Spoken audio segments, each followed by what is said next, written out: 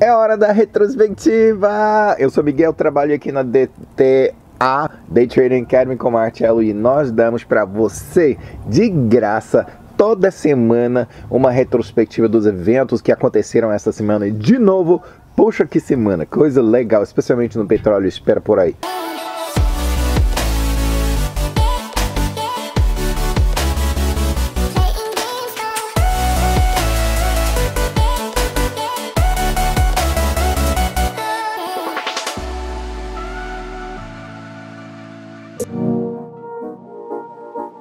Bom, ações dos Estados Unidos encerraram segunda-feira mais altos, investidores renovando sua confiança em empresas de tecnologia e também animados pelos planos de um crescente número de estados de reabrirem suas economias.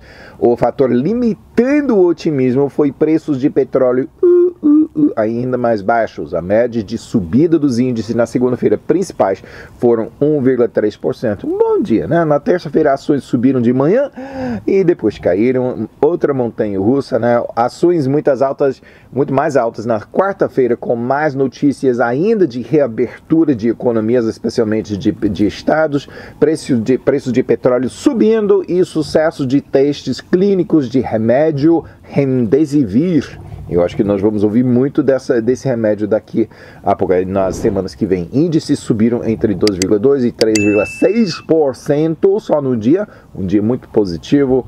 E apesar do horror da pandemia do coronavírus, ações dos Estados Unidos da quinta-feira, o último dia de abril, ações estavam em rumo para seu melhor desempenho mensal em anos. No meio de tudo isso, né, o Dow ganhou 17,6% para o mês, melhor performance desde 2002, mas espera aí, esse P500 ganhou 19% para o mês, melhor mês desde 1974, 45 anos por aí. E não, é mais que isso, né? 47, pois é, que eu tô ficando velho. Eu nasci em 1972, né? E o Nasdaq, cheio de ações de tecnologia, ganhou 21,1%, melhor mês desde 1987. Já tem se recuperado de volta para as redondezas do seu alto para o ano ganho antes do pânico da pandemia, né? O Dow nem tanto, né? Tem que subir ainda, né? Ações caíram de novo na sexta-feira, dia 1º de maio, e muitos outros mercados do mundo. Era feriado nos Estados Unidos, aqui não. Mas para a semana, resultados mistos. O Dow ganhou 1% para 23.723, está chegando mais perto daquelas altas de, né, 25, 28, 29. Vamos chegar lá, gente. Esse P500 acabou perdendo 0,2% e o Nasdaq mergulhou, mas não foi muito, né? Só 0,3%. Tudo considerado, não foi uma semana ruim, não. E é bom poder dizer isso, não é? Não somente nos Estados Unidos, mas globalmente, ações subiram na segunda-feira com as notícias que as condições de saúde em vários países já estão cada vez mais melhorando e chegando mais perto a reaberturas, que todo mundo quer, né? Mercados mundialmente pularam para cima na quarta-feira nas notícias de bons resultados de testes de Remdesivir, esse novo remédio, e também talvez você queira investir na empresa que está produzindo esse remédio, né? Só uma dica, faça aí sua pesquisa própria. As restrições devido à pandemia estão começando a ser rescindidas em vários países com a crescente confiança que estamos vendo. Finalmente, o pico da curva de infecções e mortes. Também, não somente nos Estados Unidos, mas em muitos lugares do mundo, ações estão encerrando o melhor mês em muitos anos ou na história. Já detalhamos nos Estados Unidos o índice que rastreia todos os mercados mundiais, o MSCI, teve seu melhor mês desde o começo do índice nos anos 1980. O índice Stoxx 600 da Europa, de toda a Europa, não somente um país, tem ganho mais de 25% nas últimas 6 semanas. Semanas de horror, semanas horrorosas, mas tem ganho 25%, né? E não escuta todo esse pânico da mídia. A mídia que você fique deprimido, pense que, poxa, o mundo está acabando, e os mercados financeiros estão mostrando o oposto. Sim, houve uma queda, mas a gente está se recuperando. Abril será o melhor mês para a Europa desde 2009, na crise, a recuperação da última crise. Eu acho que 10 anos, 20 anos no futuro, a gente vai estar comparando com, se lembra daquele ano 2020, poxa, foi um massacre, né? Mas a gente se recuperou. Um agrupamento de índices da América Latina ganhou 6,5% em abril, enquanto países em desenvolvimento subiram 9,3%. Então, nem tanto quanto a Europa, mas pelo menos estão se recuperando. Mercados europeus encerraram a semana mais altos. O DAX da Alemanha, é só os Estados Unidos que perdeu essa semana, né? Perdeu alguns. O DAX da Alemanha ganhou de tudo, subindo um pouco mais de 5%. A Espanha, 4,7%. Itália, 4,9%. Parabéns, né? Esses lugares mais duramente afetados pelo coronavírus. Pior desempenho foi Suíça, só ganhando 0,03%. Mas pelo menos foi positivo, né? Das Américas, altos também. Brasil, a Bovespa decolou 6,9%. Se desse para fazer isso com o real também, né? Mas a Argentina superou, ganhando 11,9%. Mas Brasil, nada mal, né? A semana de quase 7% é bom. A Canadá ganhou menor porcentagem, subindo só 1,1%. Oh, Canadá. Da Ásia também todos positivos. Da Índia superou todos, ganhando 7,6% com Taiwan logo atrás.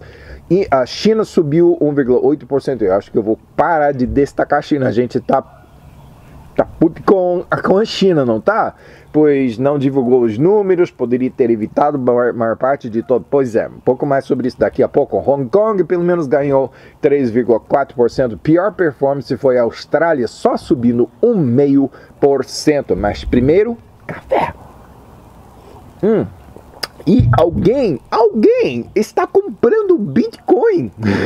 Eu sei que vocês sabem que eu não tô nem aí com Bitcoin, né? Mas pelo menos alguém tá gostando, né? Na quarta de noite e de madruga na quinta-feira, Bitcoin deu um pulo daqueles de noite, né? Que alguém chegou com um bolso cheio de dinheiro e disse: acho que eu vou investir nesse negócio aqui. Pum! Pico, né? Surto enorme, grande, né? E de repente o mercado diz: não, isso é caro demais, e vende, viu?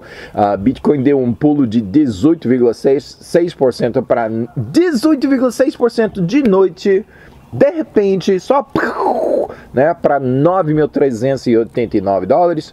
Mas se lembra que todo mundo falava que não, esse negócio, esse bicho vai para 100 mil, né? Mas daí perdeu uns $500 de valor antes mesmo do começo do pregão, né? E caiu. Nos Estados Unidos na quinta-feira, para a semana, Bitcoin segurou a maior parte daquele ganho, encerrando 18,3%, mais alto em $8.873,39 por moedinha digital. Banco do Japão injetando ainda mais estímulo, todo mundo gosta disso, né? Até um certo ponto, praticamente assinando um contra-cheque em branco para o país, prometendo comprar títulos do governo sem pôr limite qualquer. Né? E triplicando também sua posse de títulos corporativos. Os Estados Unidos também estará ajudando economias locais por comprar até $500 bilhões de títulos emitidos por estados e governos locais, né? Então, mais estímulo local nos Estados Unidos, e os mercados gostam disso, gostam de dinheiro fácil. E aí? Inflação? Será que vem? Eu acho que sim. Mas a gente tem taxa de juros estão muito baixo, então a gente tem um pouquinho de folga, né, para fazer isso. O real brasileiro está permanecendo em baixos históricos, enquanto outras moedas da América Latina também se enfraquecem, né? Essa região precisa de uma ajuda. Ações da região, porém, viraram positivas em notícias de mais estímulo e reabertura de várias economias. Rendimentos de títulos dos Estados Unidos ficaram estáveis esta semana, apesar das notícias que mais 3,8 milhões de americanos pediram subsídio de desemprego como resultado do coronavírus, mas foi menos que a semana antes, viu? O título de 10 é que parece que está cada semana. Sim, houve um surto de muitas pessoas pedindo desempregados, viu? Mas está chegando a tipo 30 mil, que é o 10% da. É 10%? 10% da população do país. E claro que nem todo mundo, população inclui crianças, né? Nem todo mundo trabalha, então é um grande problema. Mas depois de recuperação, todas essas pessoas voltam a trabalho, quase todas, né? E haverá, sem dúvida, quem sabe até vai melhorar a situação, vai sacudir para fora aquelas empresas que estavam meio insaudáveis e aí vai deixar espaço, abrir espaço para empresas melhores a entrarem. É tipo, evolução, né? Survival of the fittest, né? É sobrevivência de quem é mais apto, viu? Café gostoso de manhã, eu que faço, né? Vamos falar assim de café daqui a pouco. A taxa básica de uma hipoteca de 30 anos caiu a 3,23% nos Estados Unidos, menor nível já visto. Eu queria uma taxa dessas na minha, mas não é muito mais alto, não. Claro que isso incentivou que novas compras de casas aumentassem 11,6% só desde a semana passada, mas também isso tem a ver com pessoas que estavam de quarentena e agora estão finalmente saindo. Embora isso, o número total de compras este ano ainda permanece em 20% abaixo do mesmo período em 2019. Preços de petróleo, gente, esta semana preços de petróleo caíram bastante na segunda-feira com a continuação da situação de estoques crescentes, né? Todo mundo sabe que isso que está acontecendo, falta de demanda e cortes. Vamos cortar a produção. Um pouquinho, né? Nós precisamos cortar esse tanto, mas vamos chegar a um acordo de cortar só esse tanto, né? WTI, West Texas Intermediate, bruto dos Estados Unidos, caiu mais de 27% num só dia, segunda-feira, para $12 e pouco. Brent aquela montanha russa de novo, né? Se lembra que semana passada foi negativo esse preço, né? E agora caiu 27% para $12, sim, que isso é contrato de maio, viu? Contrato de maio e contrato de abril chegou a negativo, mas o contrato de maio tava legal. Foi problema técnico que aconteceu. Brent, que todo mundo querendo sair de abril e ninguém quis, pois não tem para onde botar esse petróleo. Brent caiu 8%, não foi nem tanto, pois eles não têm tanto problema com esses estoques, o armazenamento, mas tá chegando aí, gente. O ETF, sabe que é ETF? Exchange Traded Fund, é para a gente que não quer mexer com fundos, com ações individuais ou não quer mexer com complexidade nesse caso, de futuros. Eu não sei esse negócio de comprar contrato para maio, para junho, qual contrato será que eu devo comprar? E a pessoa não entende. E por que preços foram negativos? Como é que isso é possível? A pessoa que não quer fazer isso só compra ETF, é como se fosse comprar uma ação na bolsa, né? ETF USO, United States Oil, né? O petróleo dos Estados Unidos, é para quem gostaria de assumir uma posição em petróleo como se fosse uma ação e não quer mexer com complexidade de futuros. Bem, esse derivado estava valorizado por volta de $2,18 no final da semana passada. Se lembra? Toda a bagunça de preços negativos no final do contrato de abril, né? O ETF, o SO declarou que para evitar a mesma queda técnica inédita a preços negativos, que aconteceu semana passada, o SO vai sair dos seus contratos de junho, já fazer o rollover, isso que se chama quando saímos de um contrato mensal e vamos para o próximo, viu? Pois está vencendo, né? E queremos continuar na mesma posição.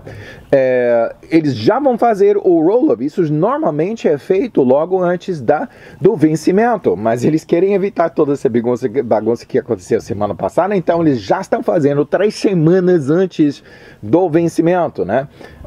Na abertura, segunda-feira, o SO gapped up, né? Deu um pulo enorme para cima, deu de uns 850%.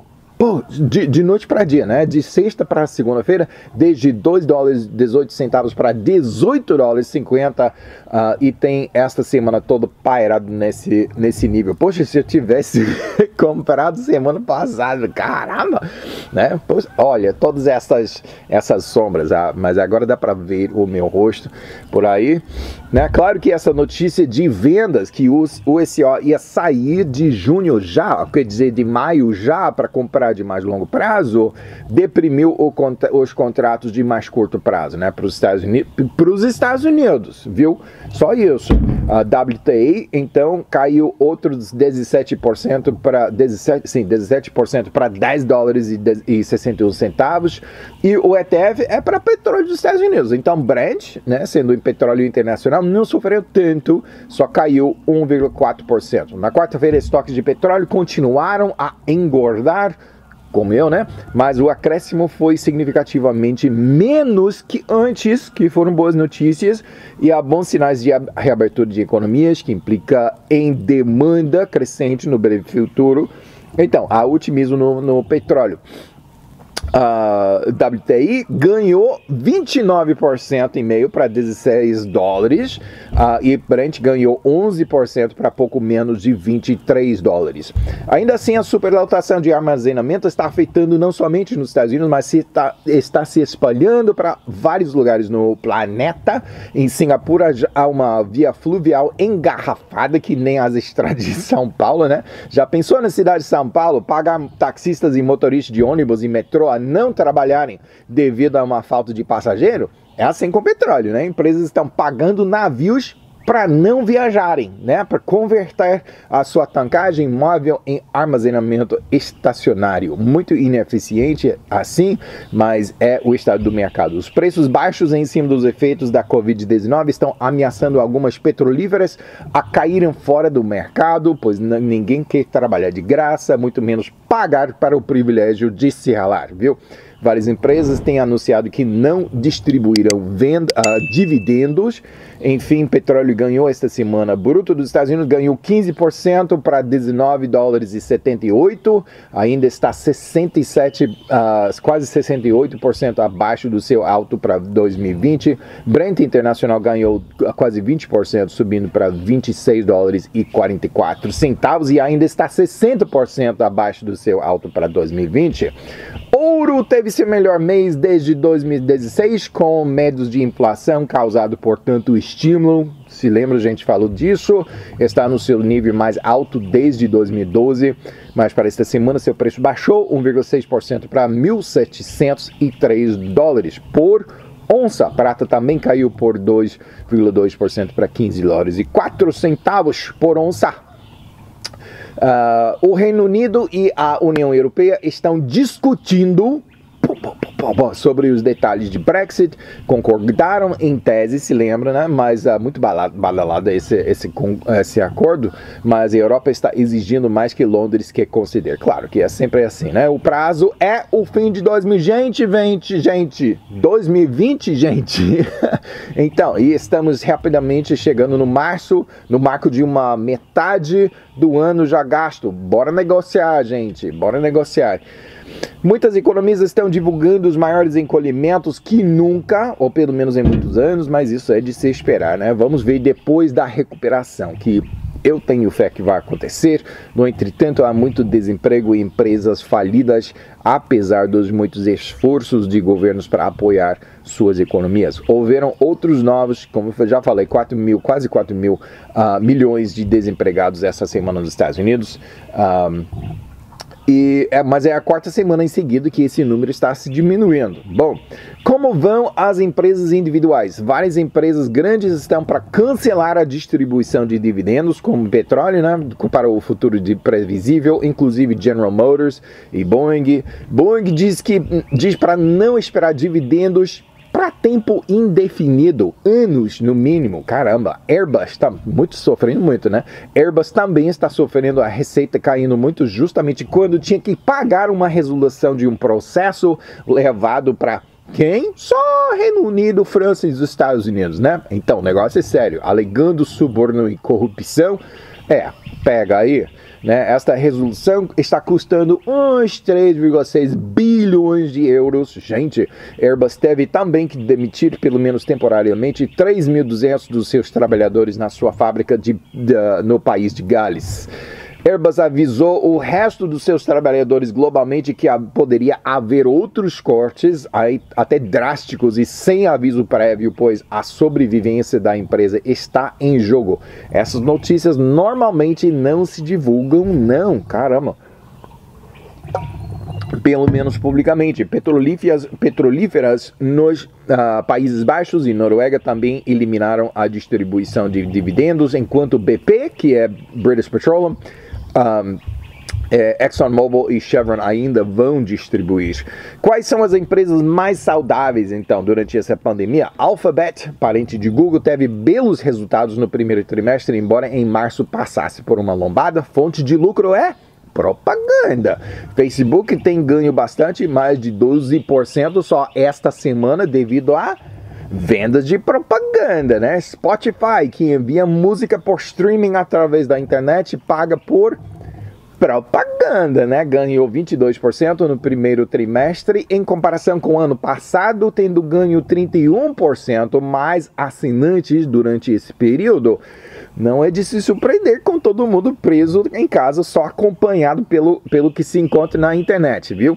Mas online não garante nada. A Amazon, que não vende propaganda, né, está sofrendo. O chefe Jeff Bezos, homem mais rico do mundo, anunciou na quinta-feira que se você possui... Ele começou assim: se você possui ações da Amazon, talvez seja bom você tomar um assento, né?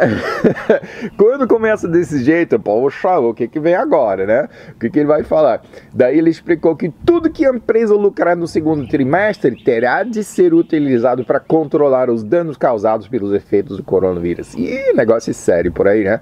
Semana passada ele estava empregando muita gente, né? Mas quem sabe faz parte da estratégia. Cara, com o cachê, né? Ele sabe o que está fazendo. Outra necessidade, aparentemente, na pandemia é café. Starbucks, apesar de ter fechado 50% das lojas dos Estados Unidos, vendas caíram.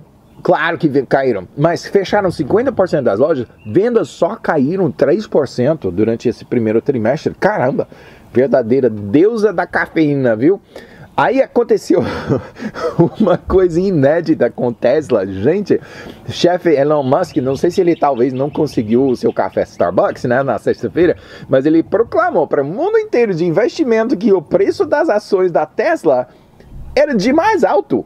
O chefe disse que o preço é de mais alto. Vixe, claro que daí o preço caiu bastante, mais de 10% num só dia. Não sei que foi que ele estava fumando, né? Mas qual executivo faz isso? Quem sabe foi uma brincadeira dele para que ele pudesse fazer uma recompra de ações mais barata, né? Mas não é nada em que eu gostaria de apostar, viu? Os Estados Unidos não é o único país que alega que China mal administrou o vírus, mentindo sobre o contágio, etc., né?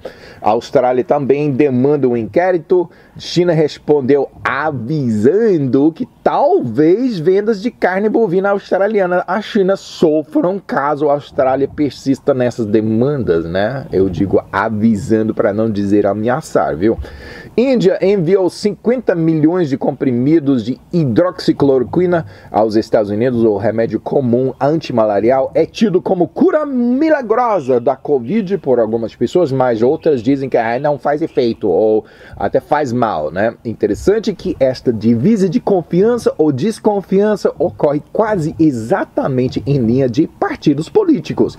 Quer dizer que quem apoia o presidente Trump confia, mas a oposição acha que faz mal.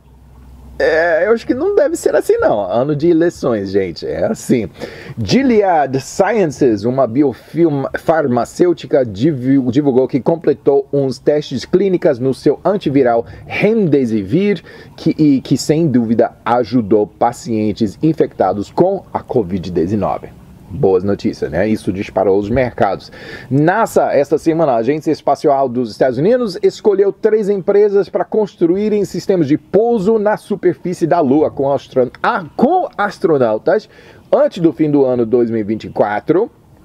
Tá chegando rápido, né? As 3 que ganharam esse nível da seleção foram SpaceX, empresa irmã da Tesla, também chefiado por Elon Musk. Não sei se SpaceX é caro demais, né? Blue Origin, do Jeff Bezos, dono da Amazon, e Dynetics. Eu nunca ouvi falar desta empresa, não. Até 2024, gente. Vai ser muito legal, né? E depois de reconquistar a Lua, é para ser usado como ponto de partida para Marte. Bom, mas não leva vírus para lá, viu? E sobre coronavírus, é mais do mesmo. É só disso que a gente ouve, né? Alguém já cansou de tudo isso ou só eu mesmo, né?